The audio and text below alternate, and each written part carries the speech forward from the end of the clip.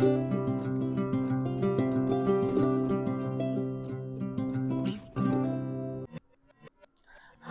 Friends, മോൾജീസ് ചാനലിലേക്ക് എല്ലാവർക്കും സ്വാഗതം. ഇഞ്ചി, കൊഞ്ച്, വെളുത്തുള്ളി കൊണ്ടുള്ള വെറൈറ്റി പിക്കിൾ റെസിപ്പിയുമായിട്ടാണ് ഇന്ന് ഞാൻ വന്നിരിക്കുന്നത്. ഈ അച്ചാർ കഴിക്കാൻ വളരെ ടേസ്റ്റ് ഉള്ളതും വളരെ നാൾ കേടുകൂടാതെ സൂക്ഷിക്കാൻ സാധിക്കുന്നതുമാണ്. കൊഞ്ച് തന്നെയല്ല, ഇതിൻ്റെ കൂടെയുള്ള വെളുത്തുള്ളിയും കഴിക്കാൻ വളരെ സ്വാദുള്ളതാണ്. ഇത് 2 ദിവസമായിട്ടാണ് പ്രിപ്പയർ ചെയ്യുന്നത്. ആദ്യത്തെ ദിവസം 400 ഗ്രാം ഇഞ്ചി അരിയുക, കൂടെ 400 ഗ്രാം വെളുത്തുള്ളി അല്ലി എടുക്കുക. ഇതെല്ലാം ഒരു ഗ്ലാസ് ജാറിൽ ഇട്ടതിന് ശേഷം കുപ്പിയുടെ 1/4 ഭാഗം ഏകദേശം 300 ml വിനാഗിരി ഒഴിക്കുക. 2 ടേബിൾ സ്പൂൺ ഉപ്പ് ഇടുക. ഈ കുപ്പി ഇടയ്ക്കിടെ ഇളക്കി വിനാഗിരി എല്ലായിടത്തും എത്താനായിട്ട് ശ്രദ്ധിക്കണം. രണ്ടാമത്തെ ദിവസം കൊഞ്ച് ഫ്രൈ ചെയ്യണം. അതിനായി ഒരു ബൗളിലേക്ക് 2 ടീസ്പൂൺ വെളുത്തുള്ളി ഇഞ്ചി പേസ്റ്റും 2 ടീസ്പൂൺ മുളക് പൊടി, 1/4 ടീസ്പൂൺ മഞ്ഞൾപ്പൊടി, 1 ടീസ്പൂൺ ഉപ്പ് എന്നിവയിട്ട് നന്നായി ഇളക്കുക.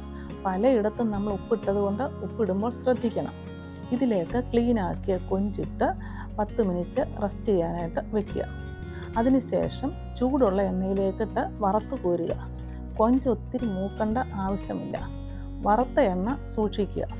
അടുത്തതായി കുപ്പിയിൽ സൂക്ഷിച്ച ഇഞ്ചിയും വെളുത്തുള്ളിയും സെപ്പറേറ്റ് ചെയ്യുക വിനാഗിരിയിൽ നിന്ന്. കുറച്ച് ചുവന്നുള്ളി അരിഞ്ഞു വെക്കുക. 3 ടേബിൾ സ്പൂൺ ചൂടുള്ള എണ്ണയിൽ കടുകിട്ട് മൂപ്പിക്കുക.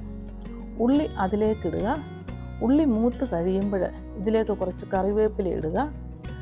കൂടെ 2 ടീസ്പൂൺ മുളക് പൊടിയും 1/4 ടീസ്പൂൺ മഞ്ഞൾപ്പൊടി, 1/4 ടീസ്പൂൺ കായപ്പൊടി ഇതെല്ലാം കൂടെ ഇടുക. അതിനുശേഷം സെപ്പറേറ്റ് ചെയ്ത് വെച്ചിരിക്കുന്ന വെളുത്തുള്ളിയും ഇഞ്ചിയും കൂടി ഇടുക. വെളുത്തുള്ളി ഇഞ്ചി മുളക് പൊടി ഇടുന്നതിന് മുൻപേയും ഇടാം. എന്നാൽ ഈ രീതിയിൽ ഇടുമ്പോൾ ഒരു വെറൈറ്റി ടേസ്റ്റ് കിട്ടും. ഇതിലേക്ക് കൊഞ്ച് വറുത്ത് ഓയിൽ ഒഴിക്കുക. അതുപോലെ തന്നെ വിനാഗിരി ഒഴിക്കുക. വറുത്ത് വെച്ച കൊഞ്ചിടുക. ഇതെല്ലാം കൂടി ഇട്ട് നന്നായി ഇളക്കുക. ഒന്ന് തിളച്ച് കഴിയുമ്പോൾ ഫ്ലെയിം ഓഫ് ചെയ്യുക.